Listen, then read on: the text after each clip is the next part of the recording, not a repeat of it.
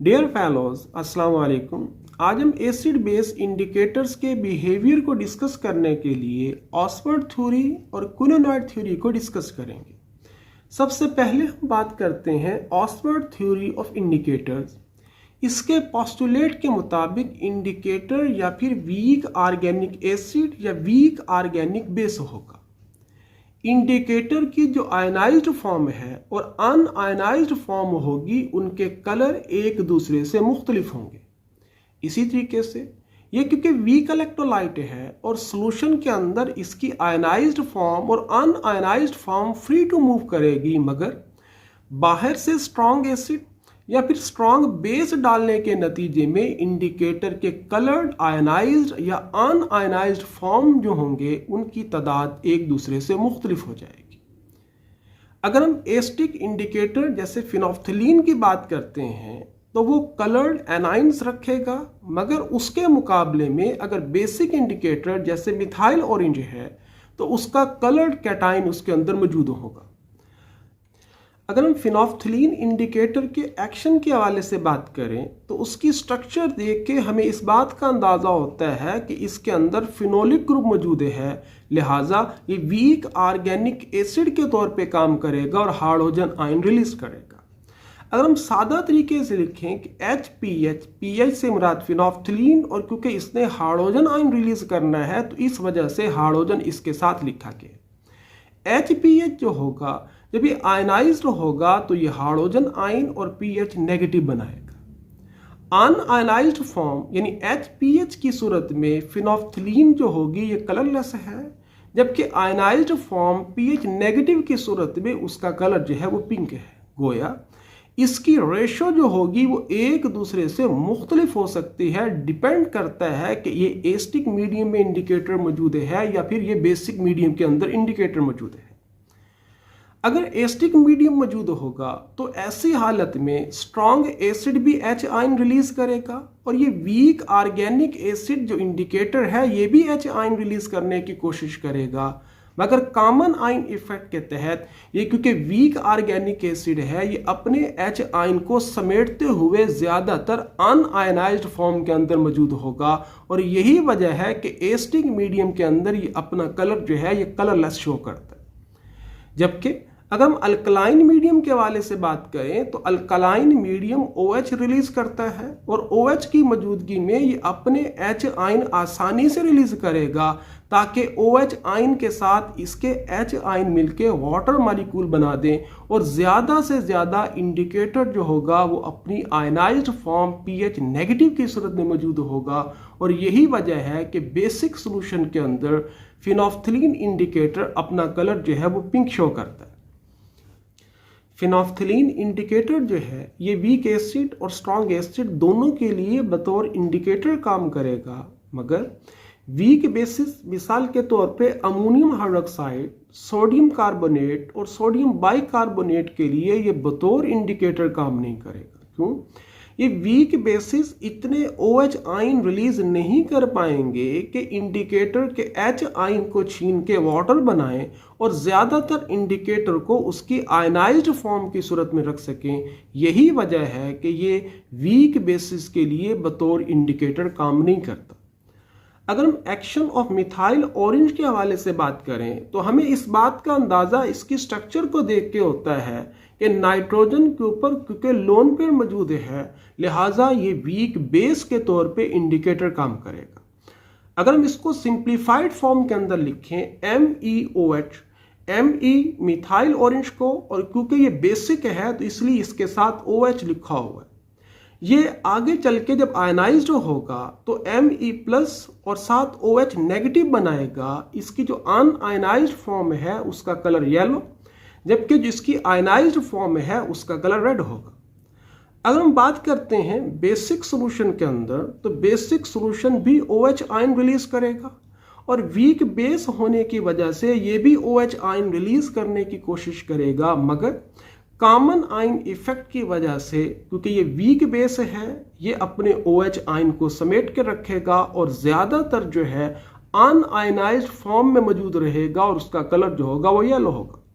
जबकि अगर हम एसिडिक सोल्यूशन की बात करते हैं तो ऐसी हालत में वो H आयन रिलीज करेगा और इससे निकलने वाले जो H आयन होंगे वो इंडिकेटर के OH आयन के साथ मिलके वाटर बना देंगे और इस रिएक्शन को ज़्यादा से ज़्यादा ये फॉरवर्ड डायरेक्शन में लेके जाएंगे और हमारे पास इसकी जो आयनाइज्ड फॉर्म Me+ है वो ज़्यादा मौजूद होगी। यही वजह है कि एसिडिक सोल्यूशन के अंदर इसका कलर जो है वो रेड होता है। फिनोल्फ्थलीन इंडिकेटर की तरह ये इंडिकेटर भी वीक एसिड, मिसाल के तौर पे एसिटिक एसिड, और अगर उसका रिएक्शन करवाएं strong base like sodium hydroxide तो वहां पे बतौर इंडिकेटर काम नहीं कर पाएगा। इसी तरीके से एसिड बेस इंडिकेटर्स के बिहेवियर को क्विनोनाइड थ्योरी के लिहाज से भी एक्सप्लेन किया जा सकता है।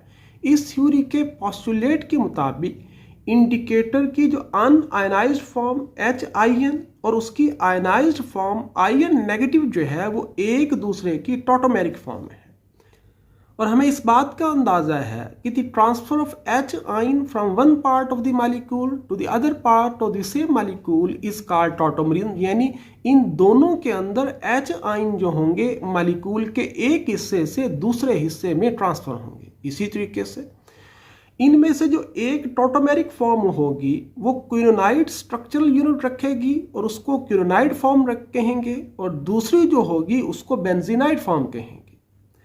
जो कलर चेंज इंडिकेटर का होगा वो इन दोनों टॉटोमेरिक फॉर्म्स की एक दूसरे में कन्वर्जन के नतीजे में होगा जो मुख्तलिफ pH के ऊपर मुख्तलिफ फॉर्म में एग्जिस्ट करेगी। जो बेंजीनाइड फॉर्म है उसके अंदर alternative 3 single and double bonds मौजूद हैं, उसकी शक्ल बेंजीन से मिलती जुलती है तो बेंजीन से ही उसका नाम निकला है बेंजीनाइड फॉर्म। और जो क्विनोनाइड फॉर्म है उसकी स्ट्रक्चर क्विनोन से मिलती जुलती है, लिहाजा उसको उसी नाम की मुनासबत से क्विनोनाइड फॉर्म कहेंगे और आमतौर पे जो क्विनोनाइड फॉर्म है उसका कलर निस्बतन डार्क होगा। यहाँ पर फिनोल्फ्थलीन इंडिकेटर को बेंजीनाइड फॉर्म और क्विनोनाइड फॉर्म की सूरत में शो किया गया है। बेंजीनाइड फॉर्म में उसका कलर कलरलेस जबकि क्विनोनाइड फॉर्म की सूरत में उसका कलर पिंक है। बेंजीनाइड फॉर्म में उसकी शक्ल क्योंकि बेंजीन से मिलती जुलती है तो उसको बेंजीनाइड फॉर्म कहेंगे। मजीद इसके अंदर क्योंकि फिनोलिक हाइड्रोजन मौजूद हैं लिहाजा ये इंडिकेटर बतौर वीक एसिड काम करेगा। और अगर हम इसको एसिटिक मीडियम में डालेंगे तो एसिटिक मीडियम भी हाइड्रोजन आयन रिलीज करेगा और ये इंडिकेटर बतौर weak acid H ion release करने की कोशिश करेगा और नतीजा ये निकलेगा कि कॉमन आयन इफेक्ट के तहत ये अपने H आयन रिलीज नहीं कर पाएगा और ये बेंजीनाइड की फॉर्म में एग्जिस्ट करेगा और सोल्यूशन का कलर जो होगा वो कलरलेस होगा। मगर अगर इसी इंडिकेटर के अंदर अगर बेसिक मीडियम मौजूद होगा तो basic medium OH ion release करेगा। वो OH आयन यहाँ से निकलने वाले हाइड्रोजन को कैप्चर करके उसको वाटर में कन्वर्ट कर देंगे और नतीजा ये निकलेगा कि अब ऑक्सीजन हाइड्रोजन का दिया हुआ इलेक्ट्रॉन यूज करके ऑक्सीजन कार्बन डबल बॉन्ड बनाएगा और फिर रेजोनेंस के जरिए ये बॉन्ड यहाँ शिफ्ट होगा, ये बॉन्ड शिफ्ट होके यहाँ पे डबल बॉन्ड बनाएगा और ये बॉन्ड शिफ्ट होके ऑक्सीजन के ऊपर नेगेटिव चार्ज होगा और नतीजा ये निकलेगा कि ये इसकी जो आयनाइज्ड फॉर्म है क्योंकि इसकी शक्ल अब क्विनोन से मिलती जुलती है तो लिहाजा इसको क्विनोनाइड फॉर्म कहेंगे और इसका कलर जो होगा वो पिंक होगा। यही वजह है कि एसिडिक मीडियम में फिनोल्फ्थलीन का कलर कलरलेस जबकि बेसिक मीडियम में फिनोल्फ्थलीन का कलर जो होगा वो पिंक होगा। अगर हम मिथाइल ऑरेंज इंडिकेटर की बात करते हैं तो ये बेंजीनाइड फॉर्म और क्विनोनाइड फॉर्म दोनों में एग्जिस्ट करता है। बेंजीनाइड फॉर्म की सूरत में इसका कलर येलो होगा जबकि क्विनोनाइड फॉर्म की सूरत में इसका कलर रेड होगा। अगर अल्कलाइन मीडियम होगा तो अल्कलाइन मीडियम में बाहर से OH आयन मौजूद होंगे जबकि ये भी क्योंकि वीक बेस है लिहाजा कॉमन आयन इफेक्ट के तहत ये बेंजीनाइड फॉर्म में एग्जिस्ट करेगा और कलर इसका येलोश होगा। मगर अगर एसिडिक मीडियम होगा बाहर से H आयन आएंगे तो ये अपने लोन पेयर को इस्तेमाल करते हुए नाइट्रोजन इस कार्बन के साथ डबल बॉन्ड बनाएगा और रेजोनेंस के जरिए ये बॉन्ड यहाँ पे शिफ्ट होगा। उसके बाद ये बॉन्ड शिफ्ट होगा तो नाइट्रोजन कार्बन डबल बॉन्ड बनेगा और ये बॉन्ड शिफ्ट होकर जब नाइट्रोजन के ऊपर आएगा तो यहाँ पे नेगेटिव चार्ज होगा और एसिडिक मीडियम से मिलने वाला हाइड्रोजन इस नेगेटिव नाइट्रोजन के साथ बॉन्ड बना के यहाँ पे हाइड्रोजन यहाँ पे लग जाएगा, और यानी इसकी स्ट्रक्चर जो होगी क्योंकि क्विनोनाइड से मिलती जुलती है तो इसको क्विनोनाइड फॉर्म कहेंगे। यही वजह है कि मिथाइल ऑरेंज का अल्कलाइन मीडियम में कलर येलो, जबकि एसिडिक मीडियम के उसका अंदर कलर जो होगा वो क्विनोनाइड फॉर्म के सूरत में रेड कलर होगा।